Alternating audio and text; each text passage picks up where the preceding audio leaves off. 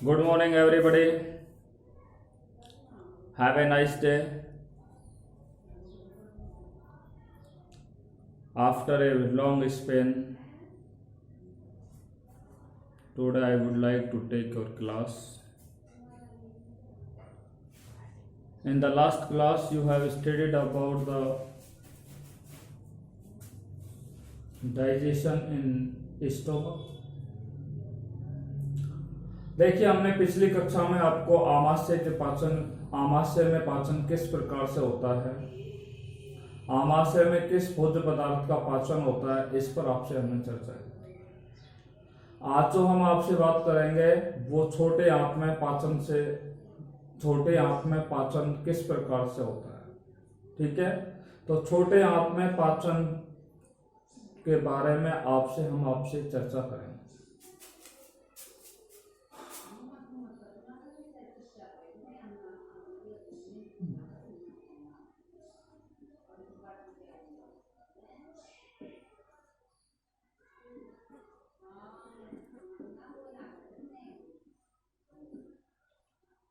Lesson number 22. This is the largest chapter. Digestive system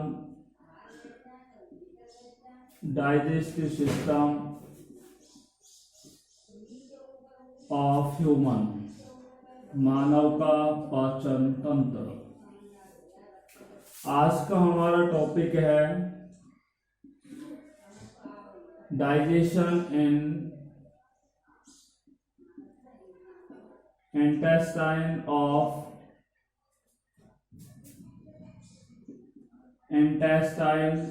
of human, मानव की आंत में पाचन। देखिए, मानव की आंत में पाचन की क्रिया पर हम आपसे चर्चा करने जा रहे हैं। ठीक है, देखिए ये आमाशय है और आमाशय में जब भोजन का क्या हो जाता है, पाचन हो जाता है। आमाशय में जब भोजन का पाचन होता है, आमाशय में आंशिक रूप से प्रोटीन का क्या होता है, पाचन होता है। तो आंशिक रूप से जो पचित भोज्य पदार्थ होता है, आमाशय में जो आंशिक रूप से पचित जो भोज्य पदार्थ होता है, उसको क्या है, धीरे धीरे किस में भेज दिया जाता है, छोटी आंत में क्या किया जाता है, स्थानांतरित किया जाता है। और हम कह सकते हैं छोटी आंत का जो अग्रभाग होता है, ये छोटी आंत का अग्रभाग होता है। इस छोटी आंत के अग्रभाग के अंदर, छोटी आंत के अग्रभाग में इस अपचित भोज्य पदार्थ को क्या कर दिया जाता है, स्थानांतरित कर दिया जाता है। सीधे शब्दों में कहें तो हम कह सकते हैं कि आमाशय में आंशिक रूप से पचित भोज्य पदार्थ जैसे प्रोटीन है, कार्बोहाइड्रेट है, इन्हें छोटी आंत की, ठीक है, छोटी आंत का अग्रभाग, छोटी आंत का अग्रभाग कौन सा होता है, ग्रहणी, अर्थात छोटी आंत की ग्रहणी में क्या कर दिया जाता है, स्थानांतरित कर दिया जाता है। ठीक है, यहां हम कह सकते हैं कि आमाशय में अपचित भोज्य पदार्थ, आमाशय में अपचित भोज्य पदार्थ जिसे क्या कहते हैं, कायिन कहते हैं। आमाशय में अपचित भोज्य पदार्थ कायिन को किस में स्थानांतरित कर दिया जाता है, ग्रहणी में क्या कर दिया जाता है, स्थानांतरित कर दिया जाता है। आमाशय में अपचित भोज्य पदार्थ यानी कि कायिन को किस में स्थानांतरित कर दिया जाता है, ग्रहणी में स्थानांतरित कर दिया जाता है। भोजन का जो अधिकांशतः जो पाचन होता है वो छोटी आंत की ग्रहणी में होता है। भोजन का अधिकांशतः पाचन किस में होता है, ग्रहणी के अंदर होता है। ठीक है, तो भोजन का अधिकांशतः जो पाचन होता है वो छोटी आंत की किस में होता है, ग्रहणी के अंदर होता है। इस ग्रहणी वाले भाग के अंदर सर्वाधिक रूप से क्या होता है, पाचन होता है। तथा आंत का जो शेष भाग होता है, उस आंत के शेष भाग में अवशोषण की क्रिया क्या होती है, पूर्ण होती है। ध्यान से सुनना, बड़ी इंपॉर्टेंट बात है कि भोजन का अधिकांशतः पाचन किस में होता है, छोटी आंत की ग्रहणी में होता है। तथा शेष भाग का यानी कि आंत का जो शेष भाग होता है, उस आंत के शेष भाग में भोजन का क्या होता है, अवशोषण की क्रिया होती है। या हम कह सकते हैं अग्र क्षुद्रांत और क्षुद्रांत भाग में अवशोषण की क्रिया क्या होती है, पूर्ण होती है। सीधे शब्दों में कहें तो ग्रहणी वाले भाग में मोस्टली क्या होती है, पाचन की क्रिया होती है। अग्र क्षुद्रांत और क्षुद्रांत वाले भाग के अंदर कौन सी क्रिया पूर्ण होती है, अवशोषण की क्रिया क्या होती है, पूर्ण होती है। अब हम बात कर रहे हैं, देखिए वैसे अगर हमें इसे आंत में पाचन नहीं कहें तो हम इस पहले पॉइंट को हम बोल सकते हैं ग्रहणी में पाचन।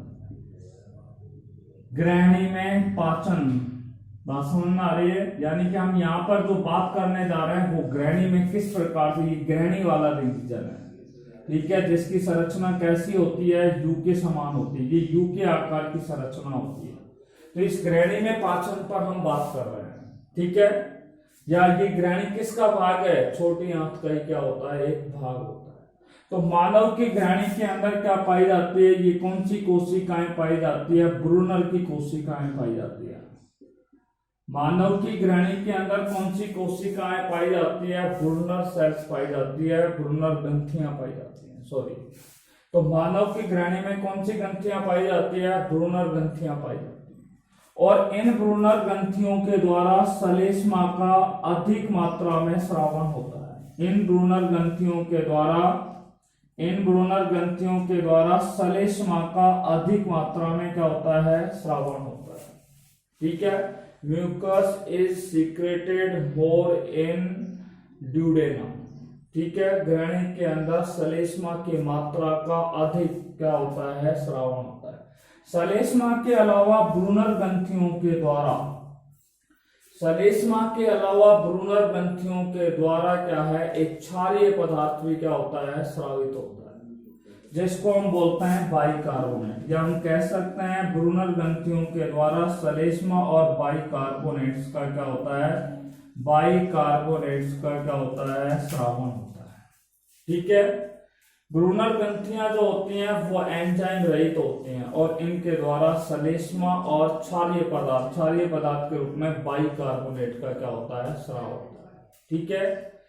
ये जो क्षारीय पदार्थ होता है, कौन सा, ब्रूनर ग्रंथियों से स्रावित होने वाला क्षारीय पदार्थ, ब्रूनर ग्रंथियों से स्रावित होने वाला क्षारीय पदार्थ। ये क्षारीय पदार्थ क्या काम करता है, ये ध्यान से सुनना, इंपॉर्टेंट है। देखिए हम आपको बता दें, आमाशय के अंदर, ठीक है, हाइड्रोक्लोरिक अम्ल होता है, ठीक है, और वो अपचित भोजन के अंदर हाइड्रोक्लोरिक अम्ल होता है, जिसके कारण आमाशय जो होता है उसमें भोजन कैसा होता है, अम्लीय माध्यम के रूप में होता है। और कायम के रूप में जब भोजन आमाशय से ग्रहणी में आता है तो ये यहाँ पर कैसा हो जाता है, अधिक अम्लीय हो जाता है। अम्लीय होने के कारण यानी कि जो ग्रहणी होती है उसकी भित्तियां होती हैं, ग्रहणी की भित्तियों को क्या है, हानि हो सकती है। ग्रहणी की भित्तियों को हानि न हो इसलिए ब्रूनर ग्रंथियां द्वारा ये क्या है, क्षारीय पदार्थ का क्या किया जाता है, श्रावण किया जाता है, ठीक है। और ये क्षारीय पदार्थ का श्रावण होने पर अम्ल और क्षार दोनों आपस में क्रिया करते हैं और क्या हो जाता है, लवण और जल का निर्माण हो जाता है। अर्थात यहाँ पर माध्यम कैसा हो जाता है, उदासीन हो जाता है। या जो अम्लीयता यहाँ पे आती थी और यहाँ से अम्लीयता यहाँ पर आ गई तो वो अम्लीयता की मात्रा कैसी हो जाती है, कम हो जाती है।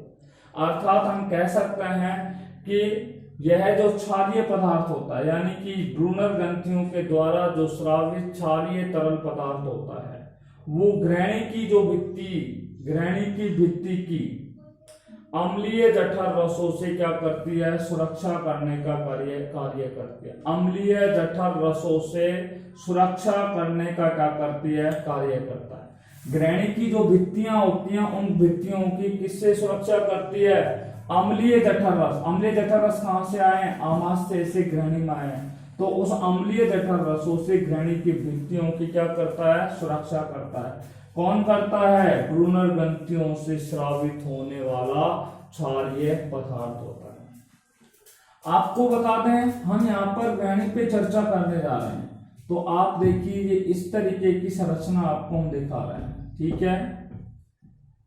इस प्रकार की जो संरचना है इसको हम बोलते हैं यकृत, जिसको लीवर कहते हैं, ठीक है। और यहाँ पर एक संरचना पाई जाती है, अनियमित आकार की चपटी संरचना होती है, इसे क्या कहा जाता है, अग्नाशय कहा जाता है। देखिए यकृत जो होता है, ठीक है। यकृत की जो पतली निचली दीवार होती है, उस पतली निचली दीवार पर क्या पाया जाता है? पित्ताशय पाया जाता है, ठीक है। और इस पित्ताशय से क्या होता है? पितरस, गॉल ब्लैडर होता है। मैंने आपको बताया यकृत जो होता है उसके द्वारा पितरस का क्या होता है? निर्माण होता है। और पितरस का जो संचय होता है वो किसमें होता है? पित्ताशय में होता है। और पित्ताशय जो होता है वो पित्ताशय जो होता है वो पितरस को पित्त वाहिनियों द्वारा किसमें स्थानांतरित कर देता है?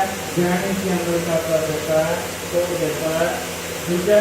यानी कि पित्त वाहिनियां जो होती हैं वो पितरस को लेकर के किसमें आती है? ग्रहणी के अंदर आती है। पित्त वाहिनियां जो होती हैं वो पितरस को लेकर के किसमें आती हैं? ग्रहणी के अंदर आती है। इसी तरीके से ये आग्नाशय होता है। आग्नाशय से आग्नाशय रस स्रावित होता है और ये आग्नाशय रस किसमें छोड़ दिए जाते हैं? आग्नाशय वाहिनियों के द्वारा किसमें छोड़ दिए जाते हैं? इसमें, यानी कि ग्रहणी के अंदर क्या कर दिए जाते हैं? छोड़ दिए जाते हैं। किसमें छोड़ दिए जाते हैं? ग्रहणी के अंदर क्या कर दिया जाता है? इनको छोड़ दिया जाता है, ठीक है। तो पित्ताशय से पितरस और आग्नाशय से जो आग्नाशय रस होते हैं, पित्ताशय से पितरस और आग्नाशय से जो आग्नाशय रस होते हैं, इनको किसमें छोड़ दिया जाता है? ग्रहणी के अंदर क्या है? पित्त वाहिनियों के द्वारा क्या है? छोड़ दिया जाता है। जिसके फलस्वरूप यहाँ पर ग्रहणी के अंदर जो अम्लीयता होती है वो कैसी हो जाती है? कम हो जाती है, ठीक है। आपको बता दें जो पितरस होता है उसके कितने भाग होते हैं? 2 भाग होते हैं, ठीक है। पितरस जो होता है, यहाँ पे जो पितरस आता है उसके 2 भाग होते हैं, ठीक है। पितरस के अंदर मैंने आपको बताया पित्त अम्ल होते हैं या पित्त लवण होते हैं, ठीक है। पित्त अम्ल या पित्त जो लवण होते हैं, ठीक है, वो सोडियम आयन के हो सकते हैं, पोटेशियम आयन हो सकते हैं, या वहां पे लेसिथिन के अणु हो सकते हैं। और ये पित्त लवण जो होते हैं ये क्या करते हैं? एक प्राकृतिक अपमार्जक के रूप में क्या करते हैं? कार्य करते हैं, ठीक है। यानी कि पित्त लवण और लेसिथिन जो होता है, जो पितरस के अंदर होता है, ये किस रूप में काम करता है? एक प्राकृतिक अपमार्जक के रूप में क्या करते हैं? कार्य करते हैं। नेचुरल डिटर्जेंट के रूप में क्या करते हैं? कार्य करते हैं। तो हम आपको बता रहे थे कि पितरस जो ग्रहणी होता है उसमें क्या होता है? पितरस क्या होता है? स्रावित होता है। और आपको बता दें पितरस जो होता है उसके कितने भाग होते हैं? 2 भाग होते हैं। एक भाग ध्रुवीय होता है। पितरस के कितने भाग होते हैं? एक भाग ध्रुवीय होता है और दूसरा भाग कैसा होता है? अध्रुवीय होता है। पितरस के 2 भाग होते हैं, एक भाग ध्रुवीय होता है, दूसरा भाग कैसा होता है? अध्रुवीय होता है। या हम दूसरे शब्दों में कहें तो हम ये बोल सकते हैं कि पित्त लवण और लेसिथिन, पित्त लवण और लेसिथिन का एक भाग ध्रुवीय होता है, पित्त लवण और लेसिथिन का एक भाग ध्रुवीय होता है और दूसरा भाग कैसा होता है? अध्रुवीय होता है। हमने आपको बोल दिया पित्ताशय जो पितरस जो होता है उसके 2 भाग होते हैं, एक ध्रुवीय दूसरा अध्रुवीय। या हमने आपको बोला कि इसको इस तरीके से बोल सकते हैं कि पित्त लवण और लेसिथिन का एक भाग ध्रुवीय होगा और दूसरा भाग कैसा होता है? अध्रुवीय होता है। सबसे पहले हम बात कर रहे हैं ध्रुवीय भाग के बारे में, बात कर रहे हैं कि ध्रुवीय भाग किस प्रकार का होता है, उस पर आपसे क्या कर रहे हैं? चर्चा करते हैं। देखिए पितरस का जो ध्रुवीय भाग होता है, पितरस का जो ध्रुवीय भाग होता है वो भोज्य पदार्थ में उपस्थित, यहाँ पे देखिए जो अपचित भोज्य पदार्थ आया यानी कि जो कायम आया उस कायम में उपस्थित, ठीक है, यानी कि कायम में उपस्थित या उस भोज्य पदार्थ में उपस्थित जो जल होता है उस जल से जाकर के ये ध्रुवीय भाग क्या हो जाता है? जुड़ जाता है, ठीक है। यानी कि पितरस का ध्रुवीय जो भाग होता है, पितरस का जो ध्रुवीय भाग होता है वो किससे जुड़ जाता है? भोज्य पदार्थ में उपस्थित जल से क्या हो जाता है? जुड़ जाता है। पितरस का ध्रुवीय भाग, ठीक है, कायम में उपस्थित या भोज्य पदार्थ में उपस्थित, भोज्य पदार्थ या कायम में उपस्थित किससे जुड़ जाता है? जल से क्या हो जाता है? जुड़ जाता है। यानी कि ये पितरस का ध्रुवीय भाग किससे जुड़ जाता है? भोज्य पदार्थ में उपस्थित जल वाले भाग से क्या हो जाता है? जुड़ जाता है। तथा अध्रुवीय जो भाग होता है, कौन सा भाग होता है? पितरस का अध्रुवीय भाग। पितरस का जो अध्रुवीय भाग होता है, आपको बता दें, ये भोज्य पदार्थ में उपस्थित, यानी कि कायम के रूप में आमाशय से जो भोजन ग्रहणी में आता है, तो उस भोज्य पदार्थ में या उस अपचित भोज्य पदार्थ में या उस कायम में, ठीक है, तो उस भोज्य पदार्थ में उपस्थित वसा गोलिकाओं के, कौन से? वसा गोलिकाओं के अणुओं से, वसा गोलिकाओं के अणुओं से क्या हो जाता है? जुड़ जाता है। बात सुनिए कि पितरस के दो भाग होते हैं, एक ध्रुवीय भाग होता है, दूसरा अध्रुवीय भाग होता है। यह हमने ऐसे बोला कि पित्त लवण और लेसिथिन, पित्त लवण एवं लेसिथिन का एक भाग ध्रुवीय होता है, दूसरा भाग कैसा होता है? अध्रुवीय होता है। ठीक है, ध्रुवीय भाग जो होता है, पितरस का ध्रुवीय भाग जो होता है, वो ग्रहणी में आए हुए भोज्य पदार्थ के जल से क्या हो जाता है? मिश्रित हो जाता है, जल में क्या हो जाता है? घुल जाता है। तथा पितरस का अध्रुवीय जो भाग होता है, वो ग्रहणी में आए हुए भोज्य पदार्थ या कायम में उपस्थित जो वसा गोलिकाएं होती हैं, उन वसा गोलिकाओं से क्या हो जाता है? जुड़ जाता है। अर्थात हम कह सकते हैं कि ध्रुवीय जो भाग होता है, पितरस का ध्रुवीय जो भाग होता है, वो भोज्य पदार्थ में उपस्थित जल से जुड़ जाता है, तथा अध्रुवीय जो भाग होता है, वो भोज्य पदार्थ में उपस्थित जल से क्या हो जाता है? जुड़ जाता है। भोज्य पदार्थ में उपस्थित वसा गोलिकाओं से क्या हो जाता है? जुड़ जाता है, जिसके फलस्वरूप वसा गोलिकाओं के जो बड़े बड़े अणु होते हैं, वसा गोलिकाओं के कौन से अणु होते हैं? बड़े अणु होते हैं। वसा गोलिकाओं के जो बड़े अणु होते हैं, वो किस में टूट जाते हैं? छोटी छोटी वसा बूंदों में क्या हो जाते हैं? परिवर्तित हो जाते हैं। छोटी छोटी वसा बूंदों में क्या हो जाते हैं? परिवर्तित हो जाते हैं। अर्थात यहाँ पे वसा के जो बड़े अणु हैं, वो छोटे अणुओं में क्या हो जाते हैं? परिवर्तित होते हैं, जिस क्रिया को वसा का पाइसीकरण कहते हैं। जिसे क्या कहते हैं? पाइसीकरण कहते हैं। क्या कहते हैं? वसा का पाइसीकरण। अर्थात यहाँ पे अध्रुवीय भाग, पितरस का अध्रुवीय जो भाग होता है, वो वसा गोलिकाओं से जुड़ जाता है, और वसा गोलिकाओं में वसा के बड़े अणु पाए जाते हैं, और ये वसा के बड़े अणु जो होते हैं, जब ये अध्रुवीय भाग से जुड़ जाते हैं, तो वसा गोलिकाओं का पृष्ठ तनाव कैसा हो जाता है? कम हो जाता है। तो वसा गोलिकाओं का पृष्ठ तनाव कैसा हो जाता है? कम हो जाता है।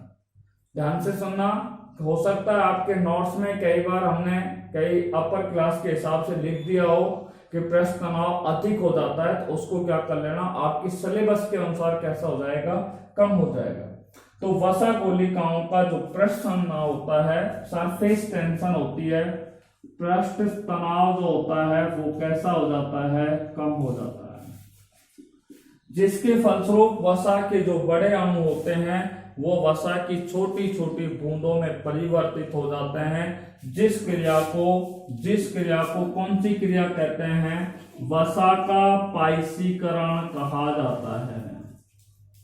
वसा का क्या कहा जाता है? पाइसीकरण कहा जाता है। इमल्सिफिकेशन ऑफ फैट के नाम से उसे क्या है? जाना जाता है।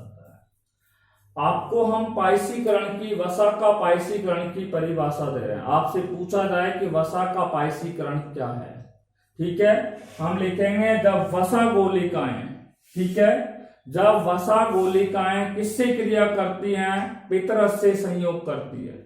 जब वसा गोलिकाएं किससे क्रिया करती है? पितरस से क्या करती है? संयोग करती है। तो वसा के जो बड़े अणु होते हैं, वो छोटे छोटे अणुओं में क्या हो जाता है? परिवर्तित हो जाता है, जिसे वसा का क्या कहते हैं? पाइसीकरण कहते हैं। देखिए, इस परिभाषा को हम इस रिएक्शन के जरिए भी आपको क्या है? समझा सकते हैं। किसके द्वारा दर्शा सकते हैं? इस रिएक्शन के द्वारा। देखिए वसा गोलिकाएं होती हैं, जब वसा गोलिकाएं किससे क्रिया करती हैं? पित्तरस से क्रिया करती हैं। वसा गोलिकाएं जब पित्तरस से क्रिया करती है तो ये वसा गोलिकाएं होती हैं, इनके अणु कैसे होते हैं? इनमें उपस्थित जो वसा के अणु होते हैं वो वसा के अणु कैसे होते हैं? बड़े होते हैं। तो वसा गोलिकाएं जब पित्तरस से संयोग करेगी तो पित्तरस से संयोग करने पर ये पित्तरस क्या करेगा? वसा गोलिकाओं के जो वसा गोलिकाओं के बड़े अणु होते हैं उनको किसमें बदल देते हैं? छोटे अणुओं में क्या कर देती है? परिवर्तित कर देते हैं। ठीक है, छोटे अणुओं में परिवर्तित कर देते हैं, अर्थात पाइसीकृत वसा का क्या हो जाता है? निर्माण हो जाता है। पाइसीकृत वसा का क्या हो जाता है? निर्माण हो जाता है, जिसे क्या कहते हैं? वसा का पाइसीकरण कहते हैं। वसा का पाइसीकरण कहते हैं। ठीक है, क्या कहते हैं उसे? वसा का पाइसीकरण कहते हैं। पाइसीकृत वसा को ट्राइग्लिसराइड के नाम से भी जाना जाता है। पाइसीकृत वसा को किस नाम से जाना जाता है? ट्राइग्लिसराइड के नाम से भी उसे जाना जाता है। ट्राइग्लिसराइड भी कहा जाता है, ग्लिसराइड। पाइसीकृत वसा को ट्राइग्लिसराइड भी कहा जाता है। ठीक है, तो वसा का पाइसीकरण की परिभाषा क्या हुई? जब वसा गोलिका, ठीक है, वसा गोलिका पित्तरस से संयोग करती है तो वसा के बड़े अणु छोटे अणुओं में क्या हो जाते हैं? परिवर्तित हो जाते हैं, जिसे वसा का क्या कहा जाता है? पाइसीकरण कहा जाता है। इमल्सिफिकेशन ऑफ फैट कहा जाता है। क्या कहा जाता है? इमल्सिफिकेशन ऑफ फैट उन्हें क्या है? कहा जाता है। ठीक है राइट।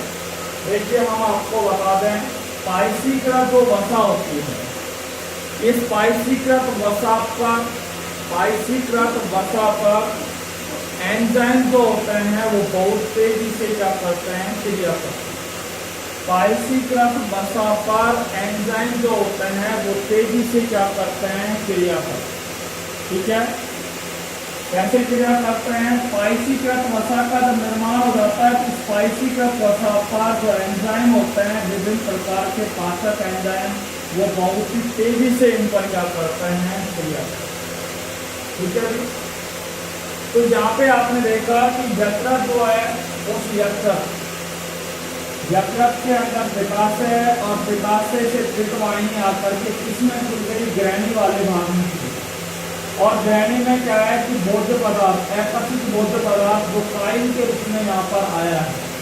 ठीक है, तो ये पित्तरस उस वसा गोलिका, उस भोज्य पदार्थ में उपस्थित वसा गोलिकाओं से क्रिया करता है और क्रिया करने पर उन वसा के बड़े अणुओं को छोटे छोटे अणुओं में क्या कर देता है?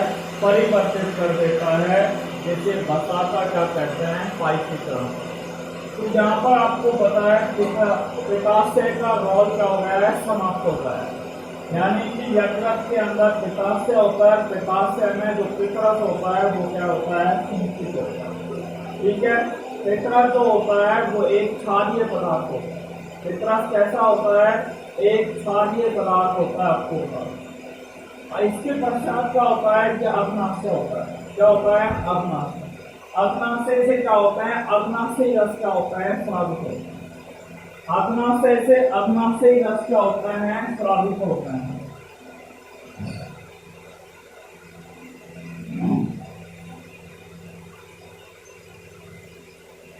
एक बार फिर आप देखिएगा,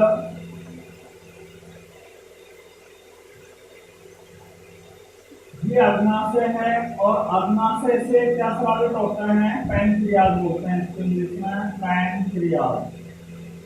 अग्नाशय से क्या है? अग्नाशयी रस, पैनक्रियाटिक जूस या अग्नाशय रस क्या होते हैं? स्रावित होते हैं। ठीक है, और ये अग्नाशयी रस जो होते हैं वो प्रोटीन के पाचन में क्या होता है? सहायक होते हैं। ये अग्नाशयी रस किसके पाचन में सहायक होते हैं? प्रोटीन के पाचन की क्रिया में क्या होता है? सहायक होता है। अग्नाशय के द्वारा, ठीक है, अग्नाशय के द्वारा, ठीक है, विभिन्न प्रकार के एंजाइमों का क्या होता है? स्रावन होता है। आपको बता दें अग्नाशय के द्वारा 4 प्रकार के अग्नाशयी रस या 4 प्रकार के एंजाइमों का क्या होता है, 4 प्रकार के एंजाइम जिनको पाचक एंजाइम कहते हैं। अग्नाशय के द्वारा 4 प्रकार के पाचक एंजाइमों का निर्माण होता है, या हम कह सकते हैं अग्नाशय के द्वारा क्या होता है, विभिन्न प्रकार के अग्नाशयी रसों का क्या होता है, श्रावण होता है। तो अब कौन कौन से अग्नाशयी रसों का श्रावण होता है, इसको हम एक सूत्र के द्वारा बता रहे हैं। ठीक है, सूत्र क्या है, ध्यान से सुनना। ठीक है, चंचल चौधरी ने आईटी में एडमिशन ले लिया है। ठीक है, सी का अर्थ आप ध्यान से सुनना, इस सी का अर्थ क्या होगा, काइमोट्रिप्सिन। अग्नाशयी रसों के द्वारा या अग्नाशय के द्वारा, ठीक है, अग्नाशयी रसों का निर्माण होता है। ये 4 प्रकार के अग्नाशयी रसों का निर्माण होता है, या हम कह सकते हैं अग्नाशय के द्वारा 4 प्रकार के पाचक एंजाइमों का क्या होता है, निर्माण होता है। 4 प्रकार के पाचक एंजाइमों का निर्माण होता है, और इनका नाम क्या है, चंचल चौधरी ने आईटी में, ठीक है, एडमिशन ले लिया। इस पहली सी का अर्थ होगा काइमोट्रिप्सिन। दूसरी सी का अर्थ होता है कार्बोक्सीपेप्टिडेज एंजाइम,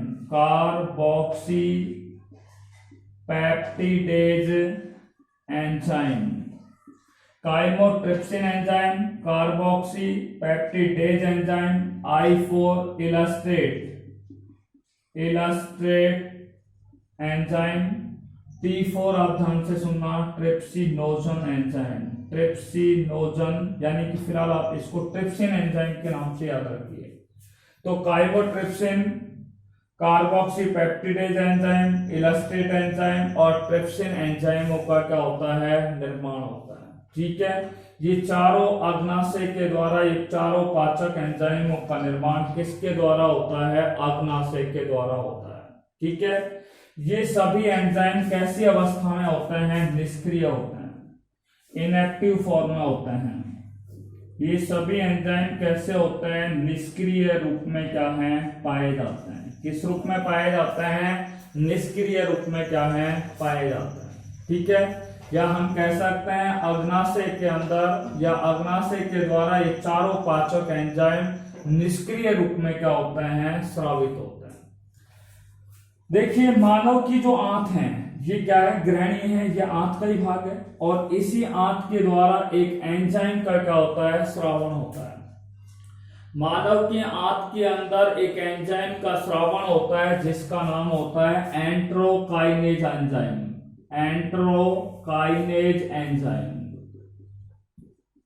मानव की आंत के द्वारा एंट्रोकाइनेज एंजाइम का क्या होता है, श्रावण होता है। आंत के द्वारा कौन से एंजाइम का श्रावण होता है, एंट्रोकाइनेज एंजाइम का क्या होता है, श्रावण होता है। देखिए, एंट्रोकाइनेज एंजाइम का जब श्रावण हो जाता है, तो यही एंट्रोकाइनेज एंजाइम क्या काम करता है कि जो निष्क्रिय एंजाइम होता है, खासतौर से ट्रिप्सिनोजन एंजाइम जो निष्क्रिय एंजाइम होता है, उसको सक्रिय बनाने में क्या होता है, सहायक होता है। जो निष्क्रिय ट्रिप्सिनोजन एंजाइम को क्या बनाने में सहायक होता है, क्या बनाने में सहायक होता है, सक्रिय बनाने में क्या होता है, सहायक होता है। ठीक है, यानी कि निष्क्रिय ट्रिप्सिनोजन एंजाइम, ये ट्रिप्सिनोजन एंजाइम कैसा है, निष्क्रिय एंजाइम है, जो किसके द्वारा स्रावित हुआ है, अग्नाशय के द्वारा। और यहां पर क्या है, आंत के द्वारा कौन से एंजाइम का श्रावण हुआ, एंट्रोकाइनेज एंजाइम।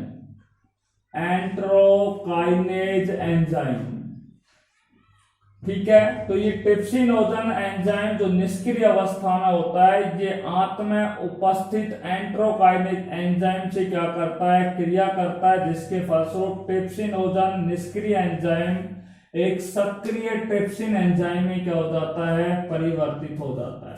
यानी कि ट्रिप्सिनोजन निष्क्रिय एंजाइम किसमें बदल गया है, सक्रिय ट्रिप्सिनोजन एंजाइम में क्या हो गया है, परिवर्तित हो गया है। तो trypsinogen enzyme trypsinogen enzyme enterokinase enzyme के कारण किसमें बदल गया है, ट्रिप्सिन एंजाइम में क्या हो जाता है, परिवर्तित हो जाता है। अर्थात ये जो एंजाइम होता है, एंट्रोकाइनेज एंजाइम होता है, वो क्या करता है, एक एंजाइम का क्या करता है, निर्माण करता है, यानी कि एंजाइमों के सक्रियण की क्रिया में क्या लेता है, भाग लेता है। और ये क्या है, जब सक्रियण हो जाता है, जब ये एंजाइम सक्रियण अवस्था में आ जाते हैं, एक्टिव फॉर्म में आ जाते हैं, तो ये पाचन की क्रिया में क्या लेते हैं, भाग लेते हैं और भोज्य पदार्थों के पाचन की क्रिया में क्या होता है, सहायक होते हैं। तो पहला आपने देखा कि ट्रिप्सिनोजन एंजाइम जो होता है वो आंत के द्वारा उत्पन्न एंट्रोकाइनेज एंजाइम से जब क्रिया करता है तो ट्रिप्सिन एंजाइम का क्या हो जाता है, निर्माण हो जाता है। यही ट्रिप्सिन एंजाइम अब क्या करेगा, ध्यान से सुनिए, देखिए यही ट्रिप्सिन एंजाइम क्या करेगा कि अग्नाशय से स्रावित होने वाले सभी एंजाइमों को क्या बना देगा, सक्रिय बना देगा। जैसे हम बात कर रहे हैं काइमोट्रिप्सिनोजन एंजाइम, ठीक है, chymotrypsinogen enzyme, chymotrypsinogen enzyme, chymotrypsinogen enzyme है, ये किससे संयोग करेगा, ट्रिप्सिन एंजाइम से क्या करेगा, संयोग करेगा, ठीक है। ये काइमोट्रिप्सिनोजन एंजाइम कौन सी अवस्था में, निष्क्रिय अवस्था में, कौन सी अवस्था में, निष्क्रिय अवस्था में। ये काइमोट्रिप्सिनोजन एंजाइम, ये ट्रिप्सिन एंजाइम जो एक सक्रिय प्रकार का एंजाइम है, इससे क्या करता है, क्रिया करता है, जिसके फलस्वरूप काइमोट्रिप्सिनोजन एंजाइम जो निष्क्रिय है वो सक्रिय एंजाइम में बदल जाता है, अर्थात काइमोट्रिप्सिन एंजाइम में क्या हो जाता है, परिवर्तित हो जाता है। काइमोट्रिप्सिनोजन एंजाइम जब ट्रिप्सिन से क्रिया करता है तो काइमोट्रिप्सिन एंजाइम का क्या हो जाता है, निर्माण हो जाता है। इसी तरीके से तीसरा प्रकार का हम बता रहे हैं, कार्बोक्सी पेप्टिडोज एंजाइम, पेप्टिडोज एंजाइम, ठीक है। कई किताबों में पूरी डेट लिखा है, ठीक है, इससे वैसे इसका नाम क्या होगा, सही तरफ डोज, पर आपकी बुकों में क्या तरह का डेट, ठीक है। तो कार्बोक्सी पेप्टिडोज एंजाइम जो होगा वो किससे संयोग करेगा, ट्रिप्सिन एंजाइम से संयोग करेगा।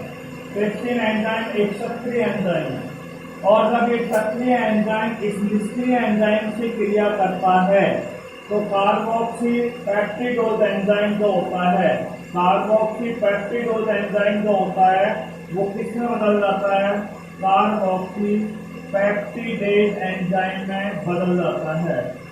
पेप्टिडेज एंजाइम में क्या है, परिवर्तित हो जाता है।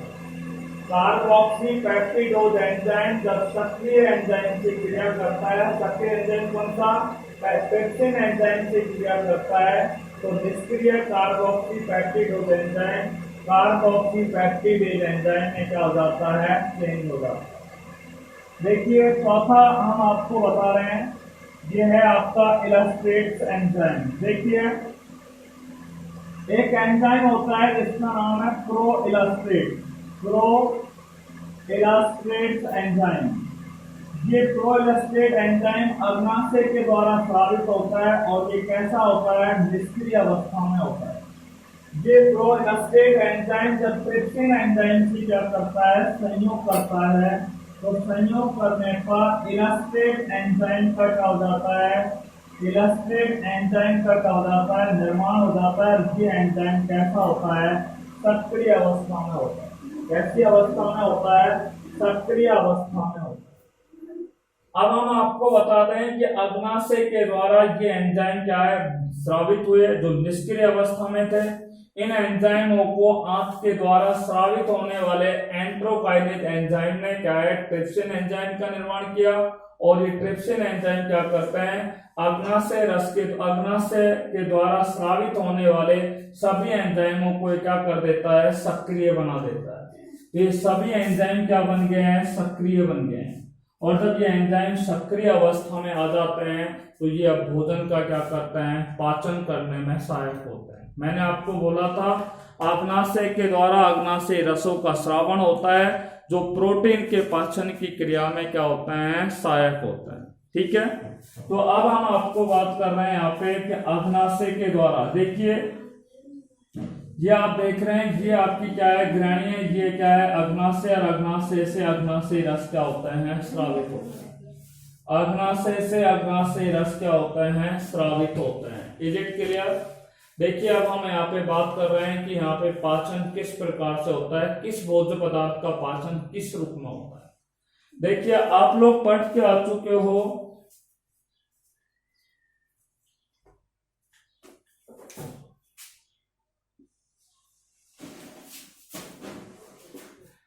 आमाशय जो होता है, इसमें प्रोटीन का क्या होता है, आंशिक रूप से क्या होता है, पाचन होता है। और आपको हमने बताया कि प्रोटीन जो होता है वो पैप्सिन, आमाशय के अंदर पैप्सिनोजन एंजाइम होता है जो निष्क्रिय अवस्था में होता है, और ये एंजाइम हाइड्रोक्लोरिक अम्ल के द्वारा कैसा हो जाता है, सक्रिय हो जाता है, जिसके फलस्वरूप पैप्सिनोजन एंजाइम सक्रिय पैप्सिन में क्या हो जाता है, परिवर्तित हो जाता है। ये सक्रिय पैप्सिन एंजाइम प्रोटीन से क्रिया करता है, और प्रोटीन से क्रिया करने के पश्चात प्रोटीओज प्लस हमने आपको बताया था पेप्टोन्स, प्लस आपको हमने बताया था प्रोटीओज, पेप्टोन्स और पॉलीपेप्टाइडों का क्या होता है, निर्माण होता है। पॉलीपेप्टाइडों का निर्माण होता है। तो प्रोटीन का पाचन किसमें हुआ है, आमाशय में हुआ है, और आमाशय में प्रोटीन का आंशिक रूप से पाचन हुआ, और प्रोटीन किसमें चेंज हो गई, प्रोटीओज, पेप्टोन्स और पॉलीपेप्टाइडों में क्या हो जाते हैं, परिवर्तित हो जाते हैं। जब ये यहाँ पर परिवर्तित हो जाते हैं तो ये मैंने आपको बताया, ये सभी अपचित या कायम के रूप में किसमें आ जाते हैं, ग्रहणी में आ जाते हैं। और ग्रहणी में आने के पश्चात जो अग्नाशय होता है उसमें अग्नाशय रस होता है, और ये अग्नाशय रस कैसे होते हैं, निष्क्रिय होते हैं। ये निष्क्रिय एंजाइम क्या होते हैं, एंट्रोकाइनेज एंजाइम से क्रिया करते हैं, और सक्रिय एंजाइमों का क्या हो जाता है, निर्माण हो जाता है। अब हम आपको बता रहे हैं कि ये प्रोटीओज, पेप्टोन्स और पॉलीपेप्टाइड आमाशय से किसमें आ गए हैं, ग्रहणी में आ गए हैं। किसमें आ गए हैं, ग्रहणी के अंदर क्या है, आ चुके हैं। अब इनका यहाँ पर क्या होता है, पाचन क्या हो जाता है, स्टार्ट होता है। क्या होता है, इनका यहाँ पर पाचन की क्रिया क्या हो जाती है, स्टार्ट हो जाती है। तो आप देखिए किस प्रकार से इनके पाचन की क्रिया क्या होती है, स्टार्ट होती है। देखिए आपको बता दें, प्रोटीओज, पेप्टोन्स और पॉलीपेप्टाइड ये होते हैं, ये यहाँ पर उपस्थित इस अग्नाशय के द्वारा स्रावित होने वाला ट्रिप्सिन और काइमोट्रिप्सिन, ट्रिप्सिन और काइमोट्रिप्सिन, इन दो एंजाइमों के द्वारा इनका क्या होता है, जल अपघटन होता है। ठीक है, इनका क्या होता है, जल अपघटन होता है, और जल अपघटन होने के पश्चात या हम कह सकते हैं कि प्रोटीओज, पेप्टोन्स और पॉलीपेप्टाइड जो होते हैं वो अग्नाशय से स्रावित होने वाले ट्रिप्सिन और काइमोट्रिप्सिन एंजाइमों से क्या करते हैं, क्रिया करते हैं। किससे क्रिया करते हैं, ट्रिप्सिन और काइमोट्रिप्सिन एंजाइमों से क्या करते हैं, क्रिया करते हैं। और जब ये क्रिया करते हैं तो किसका निर्माण होता है, ध्यान से सुनना, किसका निर्माण होता है, ग्रहणी के अंदर छोटे पॉलीपेप्टाइडों का निर्माण होता है। स्मॉल पॉलीपेप्टाइडों का क्या होता है, निर्माण होता है। स्मॉल पॉलीपेप्टाइडों के अलावा डाईपेप्टाइड और ट्राईपेप्टाइडों का क्या हो जाता है, निर्माण हो जाता है। डाईपेप्टाइड और ट्राईपेप्टाइडों का क्या हो जाता है, निर्माण हो जाता है। डाईपेप्टाइड और ट्राईपेप्टाइडों का क्या हो जाता है, निर्माण हो जाता है। ठीक है, इसके पश्चात क्या होता है कि छोटे पॉलीपेप्टाइड के अणु डाईपेप्टाइड और ट्राईपेप्टाइड जो होते हैं इनका पाचन किसके द्वारा किया जाता है, carboxypeptidase enzyme, carboxypeptidase enzyme. Carboxypeptidase enzyme क्या करता है, इन छोटे पॉलीपेप्टाइडों को, डाईपेप्टाइड और ट्राईपेप्टाइडों का क्या करते हैं, पाचन करते हैं। और पाचन करने पर किसका निर्माण होता है, एमिनो अम्लों का क्या होता है, निर्माण होता है। साथ में किनका निर्माण होता है, डाईपेप्टाइडों का क्या हो जाता है, निर्माण होता है। इस प्रकार से यहाँ पर प्रोटीन का क्या होता है, पाचन होता है। ठीक है, तो आपने देखा कि प्रोटीन का पहले पाचन कहाँ हुआ, आमाशय में। किससे, पेप्सिन के एंजाइम से। जब प्रोटीन पेप्सिन एंजाइम से क्रिया करता है तो प्रोटीओज, पेप्टोन्स और पॉलीपेप्टाइडों का निर्माण हो जाता है। इन तीनों का यहाँ पर निर्माण होगा। ये तीनों किससे क्रिया करते हैं? अब ये भोज्य पदार्थ के रूप में यहां से आमाशय से स्थानांतरित होकर के किसमें आ गए? ग्रहणी में। और ग्रहणी में जब आ जाते हैं तो अग्नाशय जो होता है, उस अग्नाशय के द्वारा ट्रिप्सिन और काइमोट्रिप्सिन सक्रिय एंजाइमों को जो होते हैं, ये किससे क्रिया करते हैं? जो आंशिक रूप से अपचित या आंशिक रूप से पचित जो प्रोटीन होती हैं उससे क्रिया करती हैं। प्रोटियोज, पेप्टोन्स और पॉलीपेप्टाइड ट्रिप्सिन और काइमोट्रिप्सिन से क्रिया करके छोटे पॉलीपेप्टाइड, डाइपेप्टाइड और ट्राइपेप्टाइडों का निर्माण करते हैं।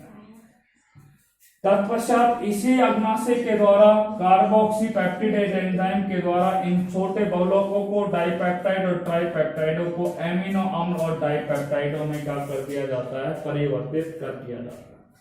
और मैंने आपको बताया था इलस्ट्रेट जो एंजाइम होता है, ये इलस्ट्रेट एंजाइम क्या करता है? ग्रहणी में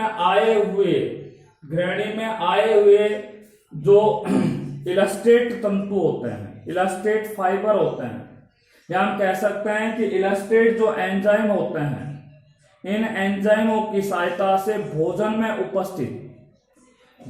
में उपस्थित इलस्ट्रेट जो तंतु होते हैं उनका पाचन इलस्ट्रेट एंजाइमों के द्वारा होता है। ठीक है, भोजन में उपस्थित इलस्ट्रेट तंतुओं का पाचन इलस्ट्रेट एंजाइमों के द्वारा होता है। किसके द्वारा होता है? इलस्ट्रेट एंजाइमों के द्वारा होता है। यहां तक आपके बात समझ आ गई? ठीक है। अब देखिए कि अग्नाशय के द्वारा और भी कई एंजाइम क्या होते हैं? स्रावित होते हैं। अग्नाशय रस के अंदर ये एंजाइम तो क्या है? सक्रिय बनाए थे आंतों के द्वारा, जिन्होंने क्या काम किया है? प्रोटीन का पाचन किया है। साथ में अग्नाशय रस के अंदर इनके अलावा और भी कई एंजाइम होते हैं। जैसे एक एंजाइम होता है जिसका नाम है एमाइलेज एंजाइम। कौन सा एंजाइम होता है?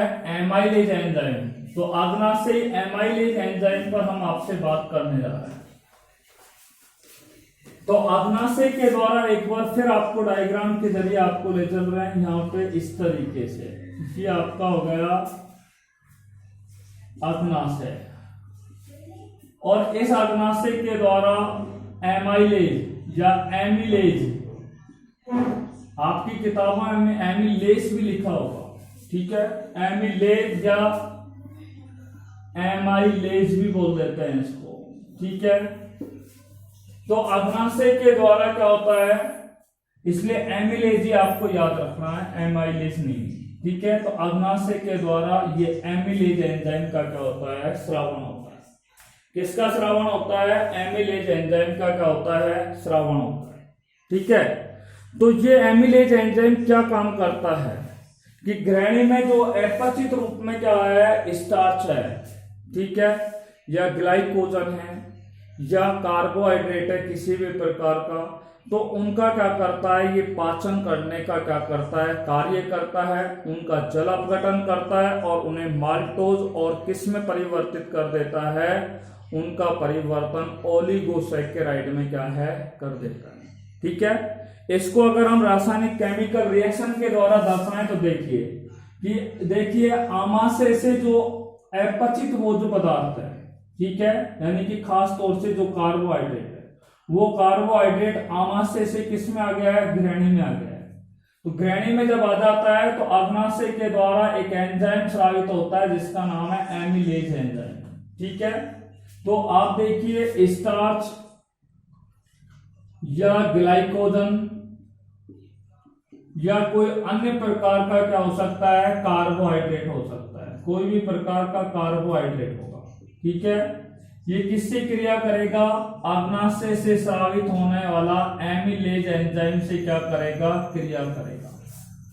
ठीक है, जब क्रिया करेगा तो ये स्टार्च, ग्लाइकोजन और अन्य कार्बोहाइड्रेटों को ये अग्नाशयी एमिलेज किसमें परिवर्तित कर देता है? माल्टोज प्लस ओलिगोसैकेराइड में क्या कर देता है? परिवर्तित कर देता है। ओलिगोसैकेराइड में क्या कर देता है? परिवर्तित कर देता है।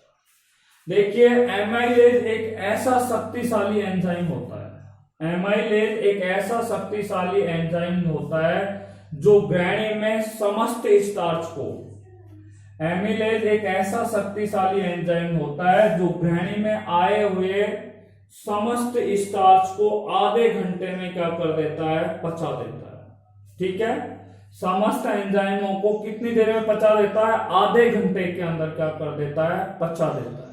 ठीक है, तो एमिलेज एक ऐसा शक्तिशाली एंजाइम होता है जो ग्रहणी में आए हुए समस्त स्टार्च को आधे घंटे में क्या कर देता है, पचाने का, डाइजेस्ट करने का क्या करता है, कार्य करता है।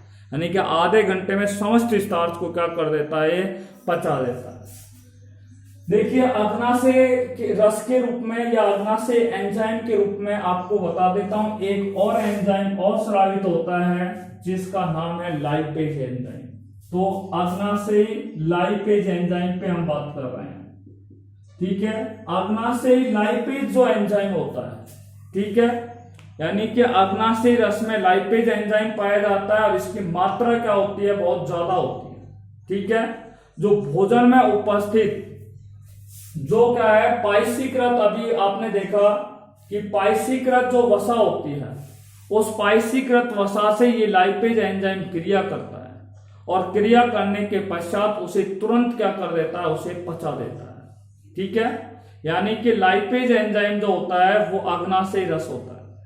ठीक है, या हम कह सकते हैं अग्नाशय रस में लाइपेज एंजाइम पाया जाता है जिसकी मात्रा बहुत अधिक होती है, जो भोजन में उपस्थित पाइसीकृत वसा को क्या कर देता है, तुरंत प्रभाव से क्या कर देता है, पचा देता है। आपने देखा अभी कि आमाशय से अपचित भोज्य पदार्थ के रूप में यहां पर क्या आई थी, वसा आई थी। ठीक है, और उस वसा का पाचन यहां पे किसने किया था कि पित्ताशय से जो पित्तरस है वो पित्त वाहिनियों के द्वारा ग्रहणी में आया। ठीक है, तो ये वसा है, उसने किससे क्रिया की थी, पित्तरस ने क्रिया की। और पित्तरस से जब क्रिया की जाती है तो किसका निर्माण होता है, पाइसीकृत वसा का क्या होता है, निर्माण होता है। पाइसीकृत वसा का नाम है ट्राइग्लिसराइड, मैंने आपको बताया था, ट्राइग्लिसराइड के नाम से इसे जाना जाता है। पाइसीकृत वसा को किस नाम से जाना जाता है, ट्राइग्लिसराइड कहते हैं। यानी कि यहां पर ग्रहणी में क्या बन गया था, पित्तरस ने जब वसा से क्रिया की थी, ठीक है, तो भोज्य पदार्थ में उपस्थित वसा से जब क्रिया की तो पाइसीकृत वसा बना। और ये पाइसीकृत जो वसा होती है वो किससे क्रिया करती है, ये पाइसीकृत वसा जो होती है वो किससे क्रिया करती है, लाइपेज एंजाइम से क्या करती है, क्रिया करती है।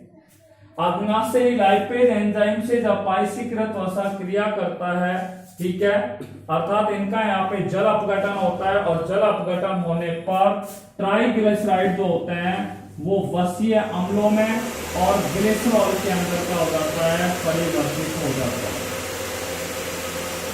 वसीय अम्ल और किसमें परिवर्तित हो जाता है, ग्लिसरॉल के अंदर परिवर्तित हो जाता है।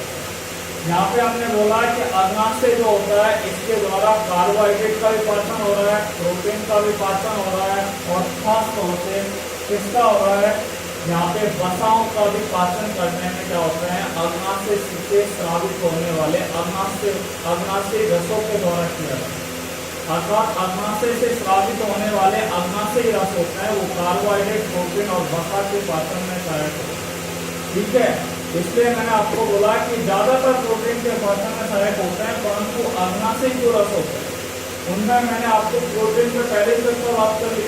ठीक है, और हमने आपको बताया था कि अग्नाशय एमिलेज एंजाइम होता है वो स्टार्च, ग्लाइकोजन या किसी भी प्रकार के कार्बोहाइड्रेट को किसमें बदल देता है, माइक्रोज या ऑलिगोसैकेराइड में क्या कर देता है, परिवर्तित कर देता है। इसी तरीके से जो वसा होती है, पित्तरस जो होती है वो भोज्य पदार्थ में उपस्थित वसा को पित्तरस से क्रिया करती है और वसा जब पित्तरस से क्रिया करते हैं तो पाइसीकृत वसा का क्या हो जाता है, निर्माण होता है। ये पाइसीकृत जो वसा होते हैं उसे ट्राइग्लिसराइड कहते हैं। ये ट्राइग्लिसराइड या पाइसीकृत वसा जो होती है वो अग्नाशय लाइपेज से जब क्रिया करती है तो वसीय अम्ल और ग्लिसरॉल में क्या हो जाता है, परिवर्तित हो जाता है। ठीक है, अभी हमने आपसे ग्रहणी के ऊपर क्या किया है, चर्चा किया है, केवल ग्रहणी में पाचन चर्चा। ठीक है, नेक्स्ट क्लास में हम इससे आगे बढ़ेंगे। Take care, thank you very much.